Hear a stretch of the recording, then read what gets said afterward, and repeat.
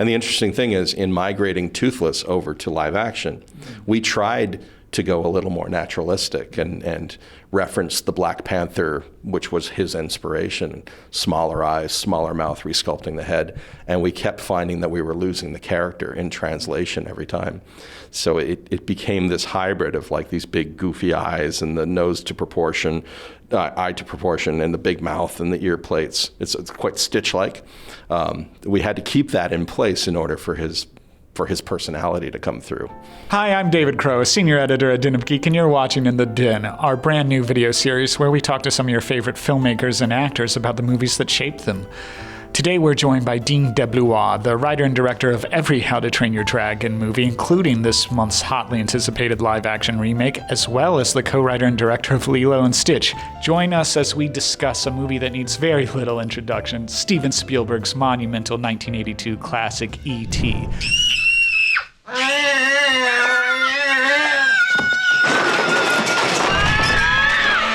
We will discuss with Dean how it affected his childhood, especially as someone who felt a little bit like an outsider growing up, as well as how it influenced his own magical pairing of Hiccup and Toothless.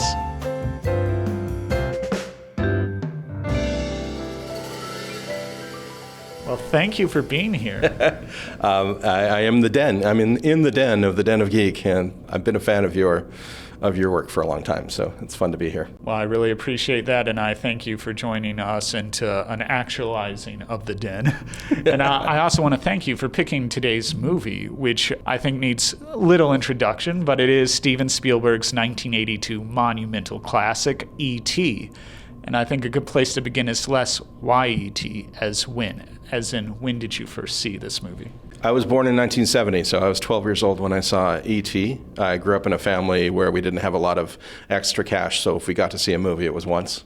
And I would commit these movies to memory. Star Wars, obviously, The Empire Strikes Back in a bigger way, just because I was a little older and it was everything I loved about that brought to life. But there was something about E.T.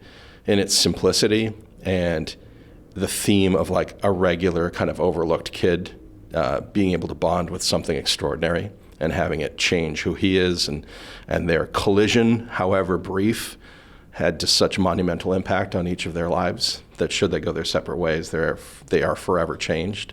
That just became a theme that I would go back to time and time again, including in How to Train Your Dragon. I had never really made the connection in my head before, but Hiccup and Toothless are a little bit your E.T. and Elliot.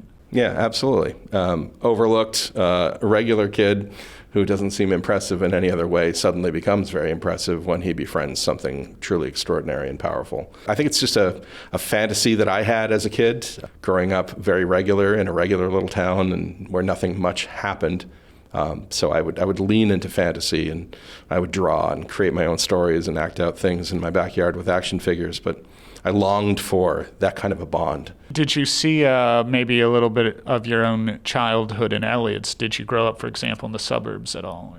Absolutely, yeah. I grew up in a suburb that was built in the 1970s, and it looks like it. And it's, this conservative, quiet little environment. And being a kid who was gay, like that was also something that was this bizarre thing I had to hide and kind of struggle with because there was no representation of what that looked like in a successful adult life. It was just this, it sort of caused me to be quite insular and rely upon stories and rely upon, just drawing and being this odd little kid who wasn't very, who was always out of sorts, out of like cut of a different cloth than all of my sporty friends. That's interesting you say that because, obviously this movie, or E.T., or for that matter, How to Train Your Dragon, they're both about a child that sees maybe the innocence in something that an adult would not understand or find intimidating, whether it's a dragon or an alien. Exactly, yeah. It's I think it's their what they perceive as their own weakness or what makes them less than special that gets acknowledged by this entity. In the case of E.T., something he sees something in Elliot that's pure, and it shapes a bond in the same way that Toothless sees something in Hiccup. He's not like the other Vikings. There's something about him, his empathy, his compassion, that causes a bond that will ultimately lead to a situation where they are each other's protector. Obviously, Spielberg, he has not been shy, especially in recent years, to talk about how E.T. came out of himself being a child of divorce. It's interesting when I look at this and I look at How to Train Your Dragon or Lilo and Stitch. It's fascinating how many of the coming-of-age stories we really celebrate and hold on to are about our relationship with our parents. Yes, yeah, absolutely. There is that sort of, in this case, push and pull of love and expectation, and trying to live up to expectations. It's a theme that Chris Sanders and I mined even in as far back as Mulan. This idea of wanting to make your family proud, and having that desperation in you, but slowly coming to realize that you just don't have what it takes. Like you're ill-equipped to ever succeed on their level. So it really is about embracing what's unique about yourself. And letting the world start to change around you instead of doing the opposite. On a much lighter note, just because obviously Lilo and Stitch deal with an alien, and we're here talking about E.T., did you grow up wanting to believe? Oh, yeah, absolutely. Anything that was supernatural or that existed in fantasy or even sci-fi, I was fully on board with. My daily life was so dull that I longed for any of that. Ghosts and dragons and aliens, like, please be real. And Spielberg, I should say, obviously he did want to believe, and a lot of his alien movies come out of his research into the alleged close encounters throughout the 20th century. And E.T. is very loosely based on an actual case called the Hopkinsville goblins, which were I did not know that. These were supposedly little alien gremlins that were bedeviling a farmhouse in Kentucky in the mid-20th century. And the first draft of E.T. was actually written as a sequel, a quasi-sequel to Close Encounters, because Columbia wanted a sequel. And it was called Night Skies, and it was a horror movie. That's amazing. And Spielberg obviously went in a different direction in the end, in a different studio, I might add. I bring that up because there is something, again, we were talking about eerie. There could be something eerie about the E.T. story, about the look of an alien. And as someone who has designed some of our most beloved, iconic, cuddly characters of in this century, what do you think the secret is of E.T.'s cuteness design? For me, it's all in the eyes, and I think that the childlike quality that you bring through with distributing proportions in a way that just make you want to reach out and kind of hug him.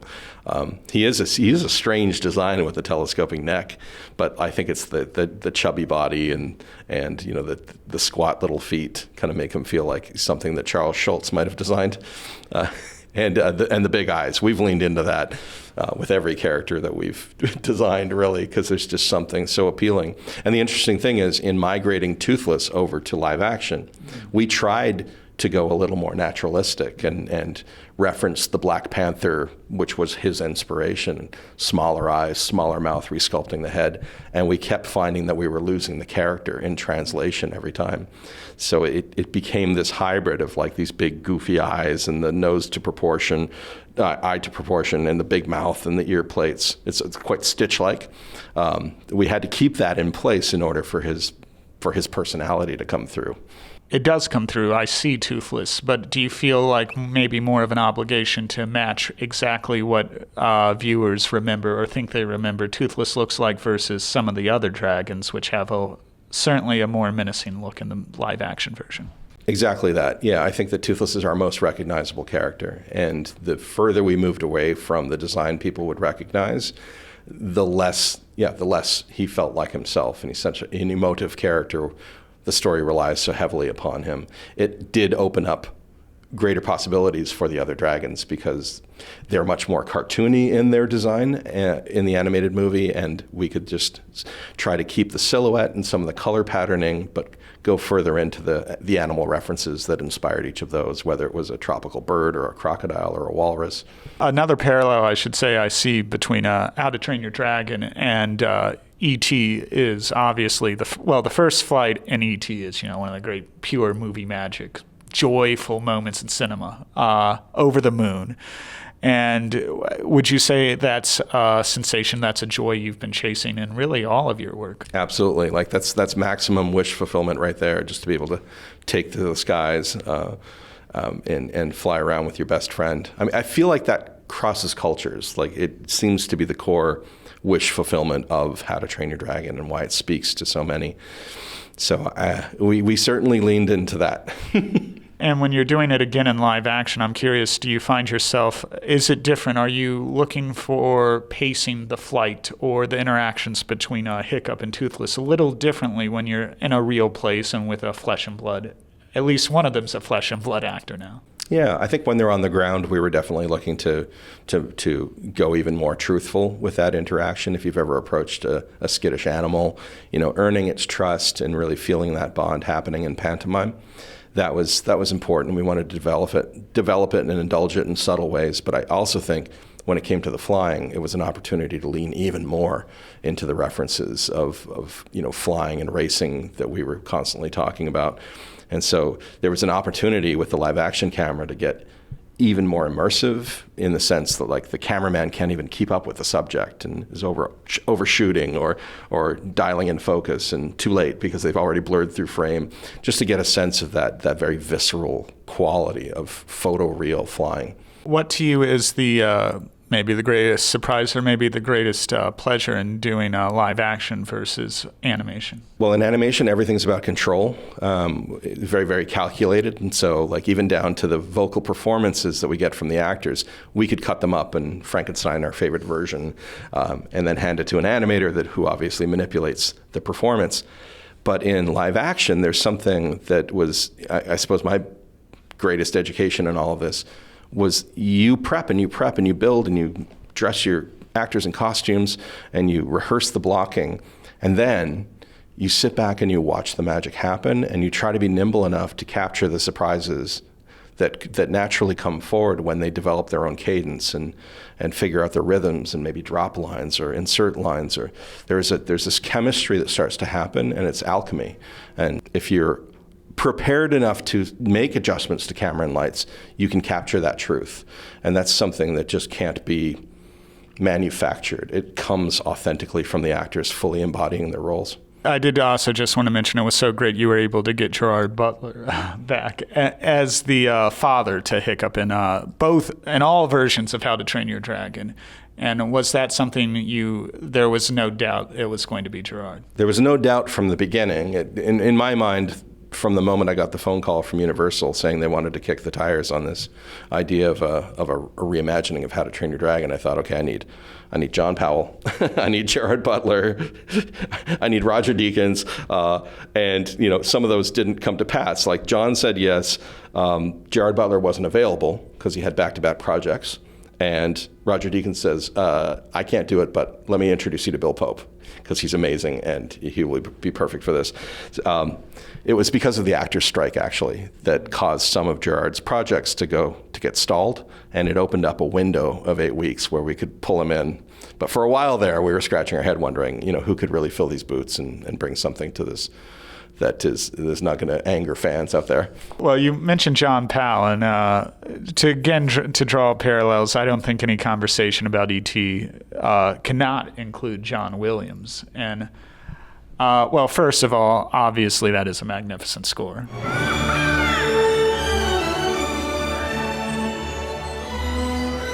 Yes, yeah, and there's something about John, and I think John Williams shares this same attribute. There's a real storyteller in there, and so when we're sitting there and we're spotting the movie, and I talk about what I think the scene needs in terms of pace and adrenaline and excitement, John will often go the opposite direction, and he'll score something that's heartbreaking because he said, yes, it's full of action, but it's about the crumbling of a relationship, or it's about the dismay of somebody, and so he finds narrative harmonies that make it a richer experience. And I've learned to then just get the movie halfway there with everything we can do and hand it off to our composer, who, like with their innate sense of storytelling, can just deliver it the rest of the way by speaking a completely different language that goes right to the heart.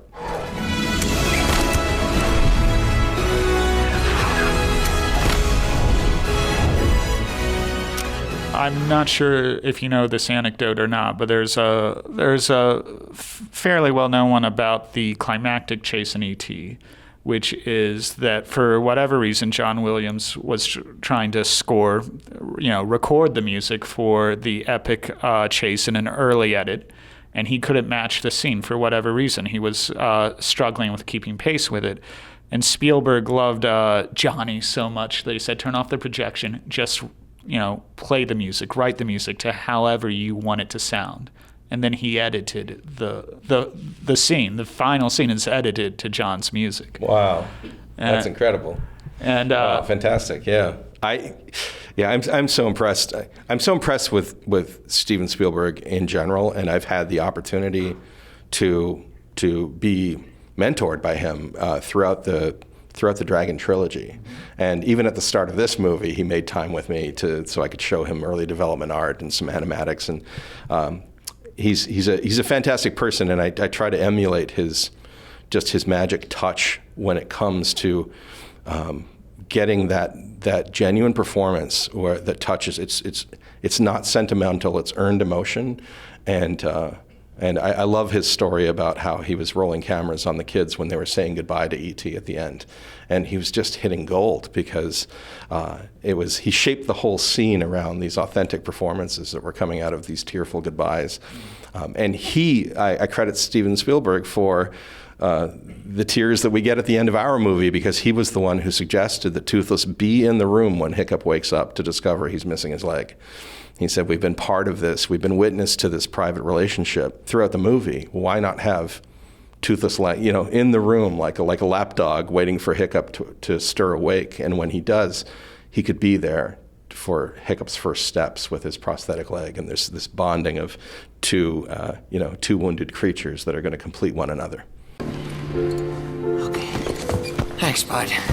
I also, because we were talking about John Powell, whose music is magnificent, when it came to maybe more so with the sequels or the live-action remake of How to Train Your Dragon, did you find yourself, if not editing to John's music, maybe just kind of anticipating, this is what it will sound like, and do you find that shaping how you either shoot or put together a scene? I find that it shapes the story from a script point of view onward, where I recognize that John's going to bring majestic themes to the mix, and therefore I try to create moments that are just purely driven by the cinematography, wordless as best we can do, and set pieces, narrative set pieces that I know he can just bring a cue into that will be one of the most memorable pieces of the entire film, and harmonies and melodies that you leave the movie theater humming. That's always the goal. So we write scenes for John in this case. We're talking so much about influences and connections, and that's obviously something that's very much even on the movie E.T.'s mind.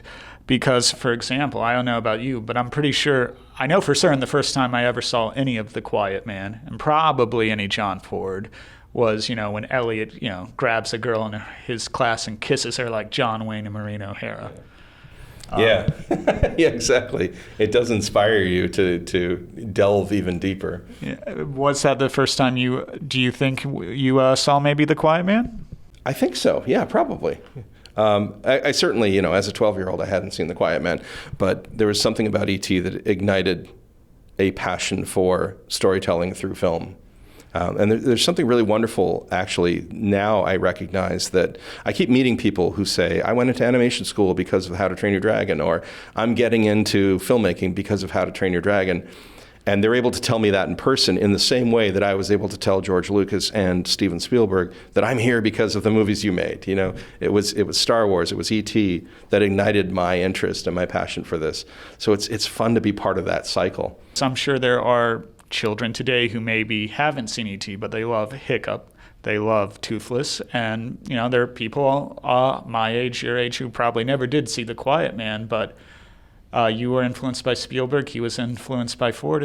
It probably goes back to the Vikings. It probably does. I mean, I like to point out that probably our most iconic scene in How to Train Your Dragon, both the animated version and this live-action version, is the moment where Toothless and Hiccup are bonding in the cove and they touch for the first time. That is that moment is the most generic ripoff, in a sense, of the moment of the kid and the horse and the black stallion on the beach. Set to Caleb Deschanel's beautiful photography. It's a musical sequence. And for us, for the longest time on our outline board, it was the black stallion moment. We did it in our own way, and so the dragons imitating Hiccup and drawing in the sand, and they're testing each other's level of trust, but it's ultimately the same beat. And so, yes, it is a continuum. It goes backward and backward, probably to the dawn of storytelling. Now you are in the same space because How to Train Your Dragon is at the Epic Universe at Universal's Orlando alongside the E.T. ride. So it's all connected now. That is crazy. That's surreal. We visited that for the first time, and I'm still getting my head around the idea that what used to be the level of success, at least in the Disney animation days when I worked there, was an ice show. If you got a Disney on Ice show, which we did for Mulan, it meant like, yes, we finally made it. But now it's like a theme park gate. So if you have your movie represented in a major way in a theme park, that means it really sticks. So it's wonderful to be there and kind of walk around and see the attention to detail. Well, congratulations for being in that space now and continuing the line of storytellers. Thank you very much. Dean, this was wonderful, and thanks for joining us today. Anytime.